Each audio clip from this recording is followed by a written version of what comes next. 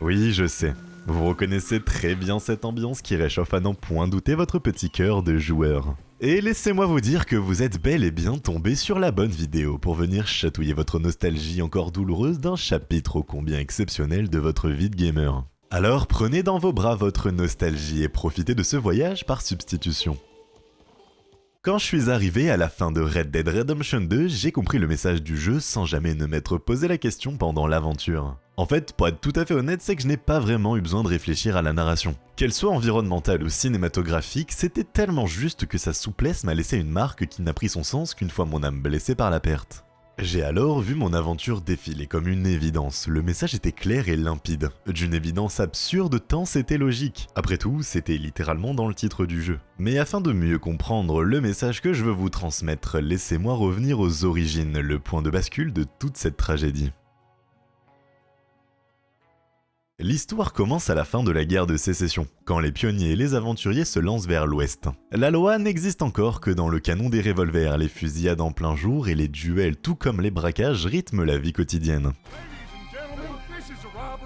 Dans ce monde encore sauvage, les hors-la-loi deviennent des légendes et parmi eux naît l'un des gangs les plus célèbres. Le gang des Van der Linde. Le groupe se distingue par un idéal de liberté et de justice sociale, du moins au début. Toutefois, il est important de rappeler que ce jeu raconte surtout le déclin du gang, ce n'est pas une histoire qui monte pour ensuite redescendre. Elle descend dès le début, avec quelques tentatives ratées de remonter à la surface. C'est une lente pente vers le bas, rien d'autre. Alors, afin de mieux comprendre ce phénomène, il est crucial de s'intéresser de plus près à certains de ses membres. Pour le premier, je vous fais une petite citation et de votre côté, vous essayez de deviner. Je vous rassure, c'est rien de bien compliqué. Un homme doit être loyal à ce qui compte vraiment. Il doit être fort pour que les faibles ne souffrent pas. Il doit guider les autres vers une vie meilleure que la sienne. Il doit être humble et donc se connaître lui-même. Il doit avoir de l'humour pour rire de la douleur de la vie. Il doit savoir qu'il est mortel et prêt pour la fin. Il doit accepter le monde tel qu'il est, tout en cherchant à le rendre meilleur. Il ne doit pas être dominé par l'orgueil, car la vengeance n'engendre que le néant. Il doit avoir un code mais ne pas craindre de le réécrire, et surtout il doit reconnaître ses failles, qu'il s'agisse de ses fautes tout comme de ses péchés, et chercher la rédemption malgré tout. Je vous l'avais dit, c'était pas très compliqué, alors oui j'imagine que vous l'avez forcément. Ces mots définissent parfaitement Arthur Morgan. Ce personnage il a une âme, une impulsion émotionnelle et un arc de rédemption que peu atteignent. Après tout, l'histoire de Red Dead Redemption se résume au dernier mot de son titre. Mais reste à savoir quelle forme prendra cette dernière, mais surtout, quel en est l'intérêt final. Au début du jeu, Arthur Morgan est un homme froid, peu enclin à montrer autre chose qu'une posture de dur à cuire. Il est dans l'ensemble très similaire à ce qu'est Dutch dans ce jeu. Il était prêt à laisser Micah pourrir en prison, et oui, avec le recul, si seulement ça s'était passé ainsi. Tout n'aurait sans doute pas été aussi catastrophique. Une autre citation fait écho à l'âme d'Arthur et il s'agit de la lettre de Marie. Il y a un homme bien en toi Arthur, mais il lutte contre un géant. Et le géant gagne encore et encore. Ce qui le distingue, c'est qu'il admet sa propre immoralité. Il ne se ment pas à lui-même, il sait qu'il est un menteur, un voleur et un tueur. Mais il reste conscient de sa nature et de ses limites. Dès le début du jeu, il le dit sans détour. On est des mauvais hommes, mais on n'est pas comme eux. Cette lucidité montre qu'Arthur vit selon un code moral personnel. Il sait qu'il agit parfois mal, mais refuse de sombrer dans la cruauté gratuite. Il agit pour protéger les siens et non par simple plaisir du mal. Finalement, d'une certaine façon, Arthur est le pilier silencieux du gang Van der Linde. Il n'est pas le chef, mais celui sur qui tous comptent. Quand Dutch a besoin d'un bras droit, quand Pearson cherche de la viande pour le camp, quand Abigail supplie pour qu'on sauve John. C'est toujours Arthur qui répond présent. Il n'est pas motivé par la gloire ou l'argent, mais par le devoir et la loyauté. Et pourtant, il faut rappeler qu'Arthur n'est pas un meneur par choix. Il agit souvent parce qu'on lui demande, non pas parce qu'il a une vision propre. Ce n'est pas un rêveur, c'est un réaliste, pragmatique et parfois fataliste. Là où Dutch imagine des lendemains glorieux, Arthur voit le monde tel qu'il est. Un ouest mourant en train de disparaître. Le monde a changé, et il ne veut plus de gens comme nous. Arthur comprend avant tout le monde que le mode de vie des hors-la-loi touche à sa fin, mais prisonnier de sa loyauté et de son sens du devoir, il ne sait pas comment changer. Il se croit condamné à ce qu'il est un bandit qui finira seul ou mort. En parlant de sens du devoir, à mes yeux, c'est dans cette scène qu'il est illustré à la perfection.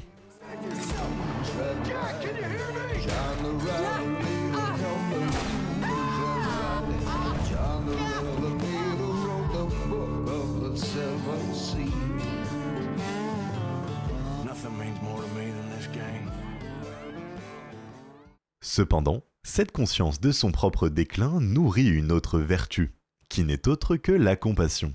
Oh, you're a good man. I just wish you'd done it before he worked himself into the grave. Thank you, fella. There ain't enough kindness in this world, that's for sure. But you... I don't know nothing about kindness. Let him go! Shame on you. I'm sorry. And I'm suffering from my foolishness. He's just a goddamn boy! Let's get you out of here. All you can do now is decide the man you want to be for the time you have left. Parce qu'il se s'est perdu, il veut sauver les autres. Il aide Marie à retrouver son frère pris dans une secte, conseille des jeunes amoureux impossibles, protège les femmes et les enfants du gang. Il ne veut pas que les autres subissent la même chute que lui. Arthur Morgan est un homme humble et lucide. Il ne cherche ni la gloire ni la vengeance contrairement à Dutch. Son humour parfois mordant sert de mécanisme de défense, un moyen de supporter la douleur et la fatalité qui l'entoure. $5,000 for your head alone. $5,000 for me? Can I turn myself in? They got Micah and the sheriffs in Strawberry, and there's talk of hanging them. Here's open. Arthur, what? Son code de vie hérité de Dutch, mais qu'il finira par dépasser, repose sur 3 principes. Sauver ceux qui ont besoin d'être sauvés, nourrir ceux qui ont faim, et abattre ceux qui doivent l'être. Mais là où Dutch trahit peu à peu ce code au nom de son orgueil et de ses rêves impossibles, Arthur lui s'y rattache pour rester humain. La loyauté d'Arthur n'est pas aveugle, elle est sincère mais raisonnée. Quand Dutch se perd dans ses plans absurdes, Arthur doute, le questionne, le met face à ses contradictions. Être loyal pour lui ne veut pas dire obéir à tout prix, mais protéger ceux qu'on aime, même de même. Il reste fidèle au gang mais pas à n'importe quel prix. Son attachement va avant tout à la famille qu'il s'est choisie, à Hosea, John, Sadie, Charles et même aux enfants du camp. Ce réalisme mêlé à la lucidité et au désenchantement fait d'Arthur un personnage d'une rare profondeur. Il ne cherche pas la rédemption par orgueil ou par peur de la mort, mais parce qu'il veut laisser derrière lui un monde un peu meilleur que celui qu'il a contribué à salir. Arthur a tendance à ériger sa propre vertu en valeur suprême au point d'attendre des autres qu'ils la partagent au même degré que lui. Comme si c'était un érudit qui méprisait ceux qui se contentaient d'avoir un savoir superficiel. Arthur surestime l'importance de sa priorité morale, il ne s'en rendra pas de suite compte, mais sa loyauté devient parfois mal ordonnée. Elle passe avant la prudence, la justice et même le bon sens. Micah se décrit lui-même. Il aime l'action, le frisson et l'adrénaline, il n'a pas de code, pas de limite qu'il refuserait de franchir si ça l'arrange. Et sa seule fidélité va à ses revolvers. Arthur déteste l'idée de le libérer de prison. Mais il y va par loyauté à Dutch, préférant encore faire confiance au jugement de son mentor plutôt qu'au sien. On aperçoit déjà l'angle mort, sa loyauté peut l'emmener contre sa propre intuition. A l'inverse, Uncle est l'autre figure repoussoir, pas immoral par conviction, juste paresseux. Arthur méprise cette loyauté de canapé. Pour lui, être loyal oblige, on travaille et on se sacrifie pour les siens. Dire je suis loyal sans rien faire n'a semble-t-il aucune valeur à ses yeux. Vous êtes chanceux, j'ai même un autre exemple. L'émission de recouvrement pour Léopold Strauss heurte Arthur. Prêté à des désespérés puis renvoyer Arthur cogné pour $3, trahit le credo proclamé pour le gang. Pourtant, Arthur obéit. Masque son malaise par l'humour noir et fait le sale boulot. Par loyauté. Il sait que c'est un travail immonde, mais c'est précisément là que le personnage devient intéressant. Il est mauvais dans ses actes, mais lucide sur le mal qu'il fait. Et à mes yeux, c'est cette lucidité qui rend sa rédemption crédible. Surtout que l'ironie de son sort est un karma monumental. Et du coup, peu à peu, les visions divergent. Dutch glisse vers une logique. Survivre coûte que coûte. Arthur, lui, n'a jamais tant valorisé sa propre vie. Il valorise celle des autres. Lorsqu'il dit craindre tout ce que Dutch est prêt à faire pour survivre, il comprend que son mentor est désormais prêt à jeter le code dans le fossé. Cette prise de conscience qui est que Dutch est peut-être pire qu'Arthur est en réalité un choc pour lui. Il faut rappeler qu'Arthur se déprécie sans cesse, refuse les compliments, se dit mauvais homme. Cette humilité n'est pas parfaite, elle cohabite avec une pudique fierté qui saigne quand d'autres comme les Pinkerton, Marie ou la haute société de Saint-Denis le jugent. La scène chez Brontë le montre étranger à l'orgueil et au mépris. Arthur ne parle jamais des gens comme de vulgaires insectes, sa modestie imparfaite mais réelle lui permet de penser d'abord aux autres. C'est la bonne graine de sa rédemption.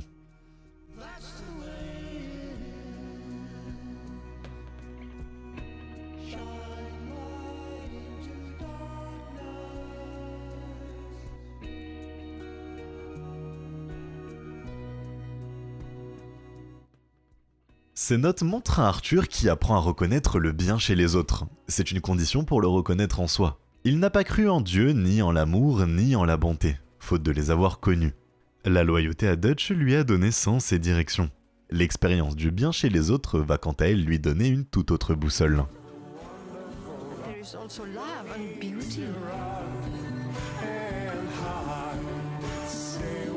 You take care of yourself and remain true to the man I know you are. Avec Marie, Arthur laisse paraître sa défensive. Quelle option avais-je ? Il se sent coincé dans la vie qu'il mène, incapable de changer. Il conseille pourtant John de ne pas être deux personnes à la fois, signe qu'Arthur évolue, même s'il ne sait pas encore se l'appliquer à lui-même. Il veut que John choisisse pour Abigail et Jack la vie qu'Arthur s'est interdit. La vie de hors-la-loi a déjà les jours comptés, mais ce qui ronge Arthur de l'intérieur, c'est que John a fait ce que lui aurait dû faire, et que, par loyauté, il n'a jamais osé faire. Ce qui n'est autre que fonder sa propre famille. Dans sa jeunesse, Arthur est tombé amoureux d'une jeune femme appelée Marie. Ils s'aimaient profondément, mais leur relation a fini par échouer à cause de la vie qu'Arthur menait au sein de la bande de Dutch. La famille de Marie, surtout son père, désapprouvait cette relation. Difficile pour eux d'imaginer que rien de bon ne pourrait en sortir et que Marie n'y trouverait que le malheur. Elle a demandé à Arthur de quitter cette vie, de partir tous les deux loin de ce chaos et de cette destruction. Mais lui, par loyauté envers ses compagnons et Dutch, son père adoptif, a décidé de refuser. Quelque temps après, Arthur a couché avec une serveuse nommée Elisa, qui est tombée enceinte de son fils, le petit Isaac. Elisa savait qui était Arthur et même s'il comprenait qu'il ne serait pas le père idéal, elle acceptait toute l'aide qu'il pouvait donner. Arthur leur rendait visite tous les quelques mois, restait plusieurs jours à chaque fois.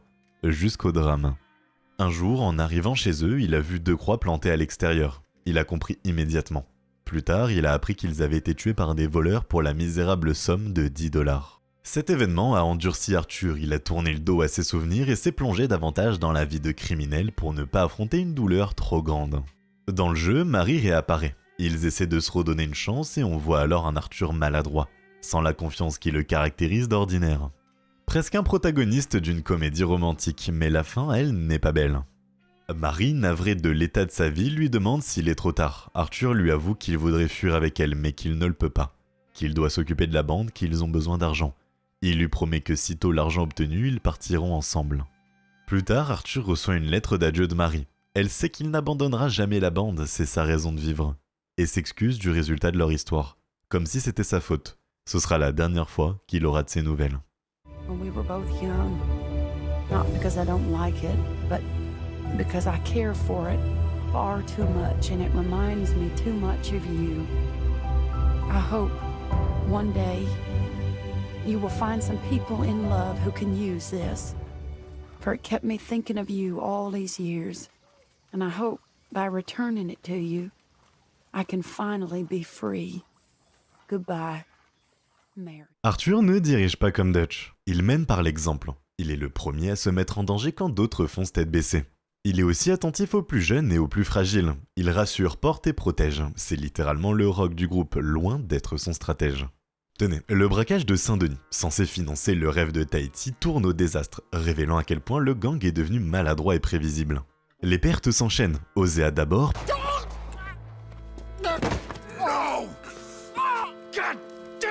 la scène où Arthur se fiche devant le corps de Lenny. He's dead! Oh, God, no! There's nothing we can do! We gotta... Ah, je suis désolé, mais moi je trouve ça vraiment déchirant. Il voit littéralement tous ses échecs s'accumuler et tout semble s'effondrer autour de lui. Personnellement, j'ai versé une petite larme.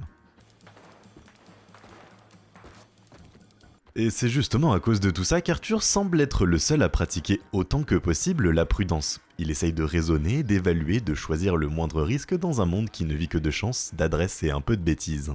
Or, le gang, lui, suit un chef qui plonge tête baissée, l'œil rivé sur une île tropicale imaginaire, indifférent au chaos qu'il provoque. Même après Saint-Denis, Dutch refuse de renoncer au rêve. La partie d'échecs n'est pas finie, dit-il.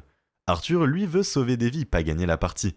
Et il commence ouvertement à douter de la voix de Dutch. Même si lui affiche encore un soutien de façade. On approche dangereusement du carrefour. Arthur est prêt à abandonner l'argent et Tahiti pour sauver les siens. Dutch, blessé dans son orgueil, lui, veut gagner. Dans Red Dead Redemption 2, l'orgueil se voit surtout dans le désir de vengeance. La vengeance se grime en justice, mais ne sert que le moi. Elle n'apporte ni survie, ni bien commun.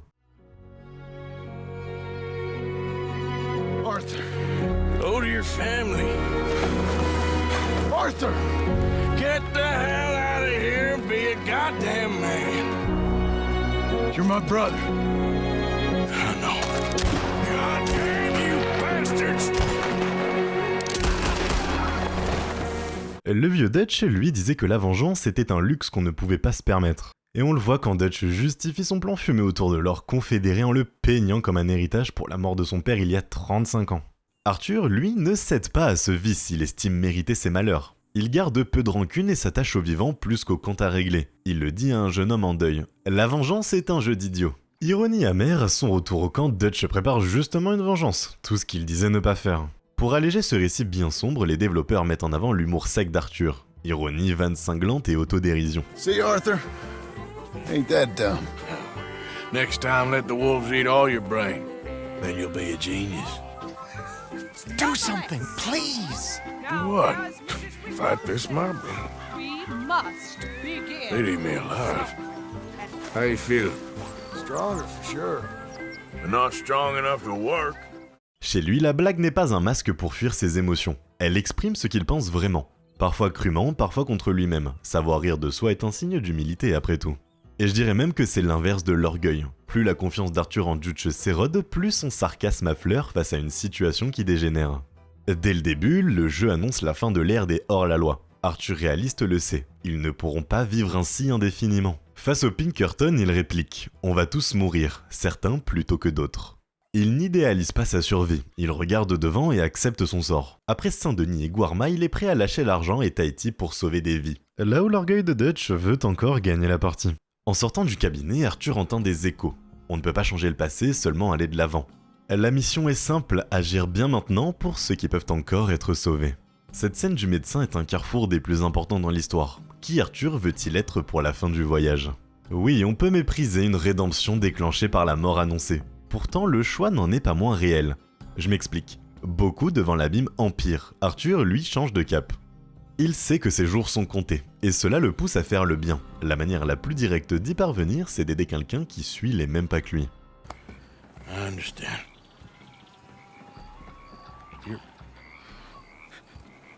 You're not a good man, Arthur, but you're not all bad either.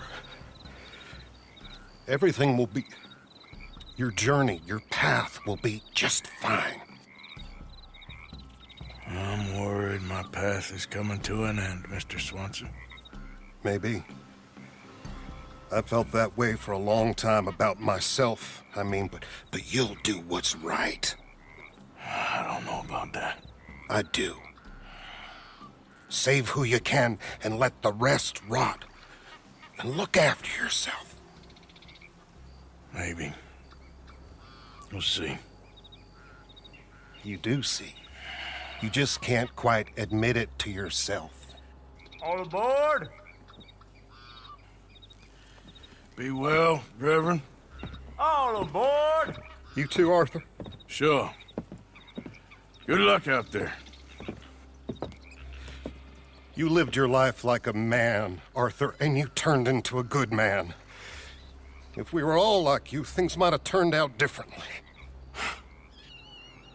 You're getting mighty sentimental, Reverend.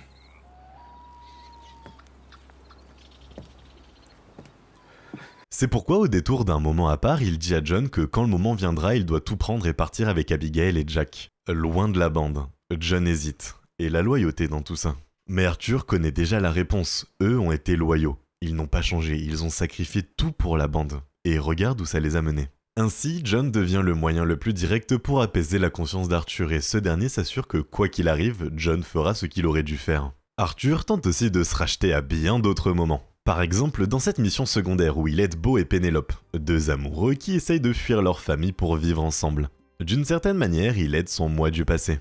Mais j'ai surtout la conviction qu'à ce stade, il cherche à aider le plus de monde possible. Il aide aussi les Amérindiens pour qu'ils puissent se sauver et désamorcer le conflit avec l'armée. Conflit dont Judge est en partie responsable. Ou encore lorsqu'il aide Abigail enlevée par l'agent Milton lorsque la bande refuse d'aller la sauver au nom du pragmatisme.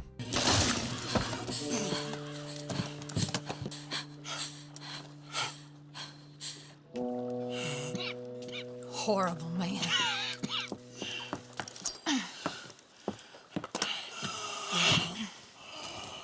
Come on, both of you. Dans toutes ces situations, Arthur secourt le faible, celui qui est en position d'infériorité et que personne ne priorise. Même si la période durant laquelle il agit est ainsi courte, l'impact qu'il a sur ses vies est considérable. Mais peut-être que le cas le plus représentatif de ce qu'Arthur est devenu, c'est son aide à la famille Downes. Après la mort de Thomas, sa femme Edith et leur fils Archie sont en grande difficulté. Elle se retrouve contrainte à la prostitution. Lui a des journées exténuantes à la mine. Par hasard, Arthur croise Edith dans la rue. Elle lui raconte donc leur situation. Arthur va chercher Archie à la mine, le tire des griffes des collègues qui se moquent de lui à cause de sa mère et les réunit. Stop bullying the boy. Get out of my business, mister. Leave the boy alone. Or what? Or I'll kill you too. No. I ain't looking for forgiveness. It ain't about that. Don't forgive me. Just take the money and get out of here, please. I know I ruined your life. I suffer for it every day. But don't let yourself get killed for pride. I seen it kill too many folk. Don't say anything. Don't thank me. Just take the money and pack your bags. That's all I gotta say. Thank you, Mr. Morgan. I said don't thank me. Get out of here. Please.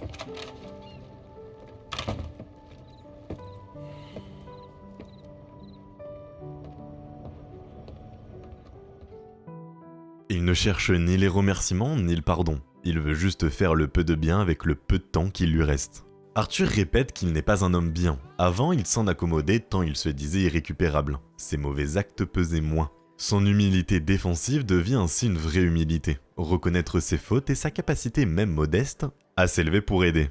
Par exemple, quand Arthur propose de l'argent à Mrs. Downes pour cesser la prostitution, elle refuse par fierté. « Ton argent n'est pas moral ». Arthur la supplie d'accepter. La fierté ne nourrit pas et ne sauve personne. L'orgueil, comme la vengeance, ne produit aucun fruit. Il isole et détruit. Tout comme l'orgueil de Dutch qui entraîne le gang vers l'abîme. Face à elle, Arthur n'exige pas le pardon, il sait qu'il n'y aura pas droit. C'est un don, pas une dette. Il veut seulement réparer autant que possible et l'empêcher de mourir par fierté. La rédemption n'est pas l'oubli des fautes, c'est choisir d'agir bien malgré elles, et se pardonner suffisamment pour avancer.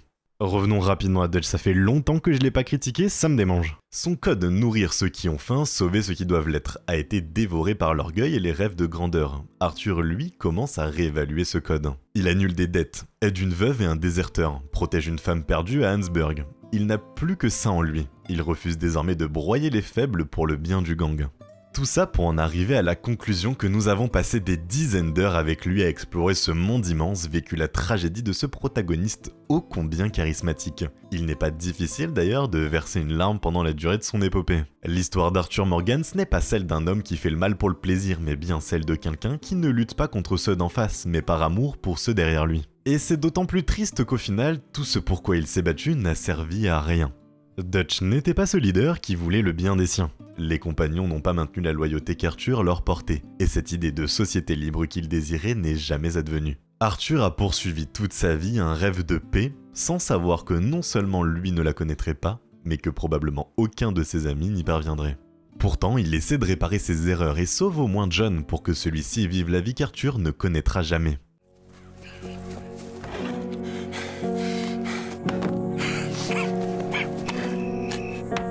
Abigail's safe. So's Jack.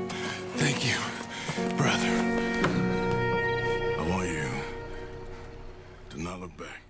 On peut considérer qu'au fond, Arthur est un homme bon. J'ai vu beaucoup de vidéastes dire que tenter la rédemption sur la fin ne prouve pas qu'on est bon. Je suis d'accord sur ce point, ce n'est pas uniquement parce qu'il agit bien à la fin qu'Arthur est quelqu'un de bien. Pour moi, il l'est parce que tout au long de l'histoire, on voit des moments où même sans la mort au-dessus de l'épaule, Arthur laisse transparaître sa vraie personnalité.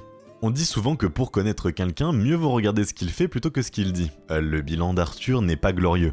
Il a fait beaucoup de mal à beaucoup de gens, des criminels oui, mais aussi des innocents et des hommes de loi qui ne faisaient que nourrir leur famille. Il justifie ses actes en disant que s'il ne les commet pas, un autre le fera, et qu'il doit pouvoir subvenir aux besoins de sa famille. Mais bon, quelles que soient ses justifications, le résultat il est bien là. Il a fait du mal. Et pourtant, deux choses sèment le doute sur la vraie nature d'Arthur. La première n'est autre que sa conversation avec Sir Calderon. On y voit une facette rare chez un homme comme lui. La vulnérabilité. I guess I'm afraid. There is nothing to be afraid of, Mr. Morgan. Take a gamble that love exists and do a loving Il avoue timidement avoir peur de mourir, mais surtout ne pas pouvoir réparer ce qu'il a fait. Il sait qu'il a été cruel, qu'il a causé de la souffrance à des innocents. Et il réalise que le temps lui manque. On pourrait y voir des larmes tardives, la peur de subir ce qu'il a infligé. Mais Arthur agit au lieu de s'apitoyer, il se met à aider ce qu'il peut et à prévenir un destin semblable au sien. Mais la question demeure. Aurait-il fait la même chose sans la tuberculose ? À mes yeux, et ce n'est que mon avis subjectif, je vous laisserai me dire le vôtre en commentaire, je pense que oui. Il doutait déjà de cette vie avant sa maladie. La tuberculose n'a été que l'étincelle qui a mis le feu.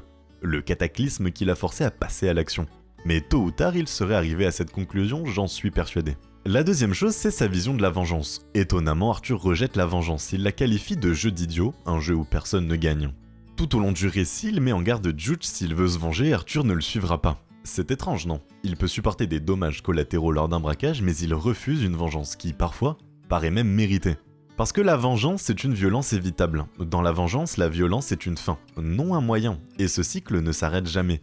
Tu tues mon ami, je te tue, puis un autre me tue. Refuser ce cycle demande du courage, et Arthur l'a fait. Mais une personne n'a pas été capable de le faire, et j'en ai même fait une vidéo. Le jeu marche main dans la main avec Arthur pour livrer comme morale les conséquences de la vengeance. Et on le voit très bien quand Dutch commence à perdre la tête et tuer par vengeance, déclenchant la chute finale de la bande, mais c'est surtout après la mort d'Arthur que ce thème pèse le plus. Je pense que la haine d'Arthur pour la vengeance est la preuve la plus claire qu'il était au fond un homme bon qui a fait de mauvaises choses. Bon, je dois quand même avouer un truc, si vous jouez votre Arthur de façon peu recommandable, vous avez accès à une cinématique avec le révérend que je trouve vraiment stylée. I ain't changed. I'm still a bad man. Maybe your path isn't changing, Arthur. My path is coming to an end, Reverend. I know, son. I know. And I know that you will face your destiny like a man, like a warrior. Because that's what you are. That's all I am. A fighter, a killer, and a crazy man. So be it. You lived your way, you'll die your way.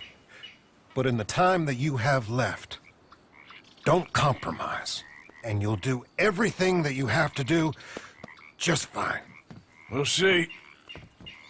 Mais ce n'est pas ce qui nous intéresse là de suite, tout du moins pas pour cette vidéo. Arthur incarne cette figure du pauvre type qui enfreint la loi commet des actes moralement répréhensibles non par plaisir mais par nécessité.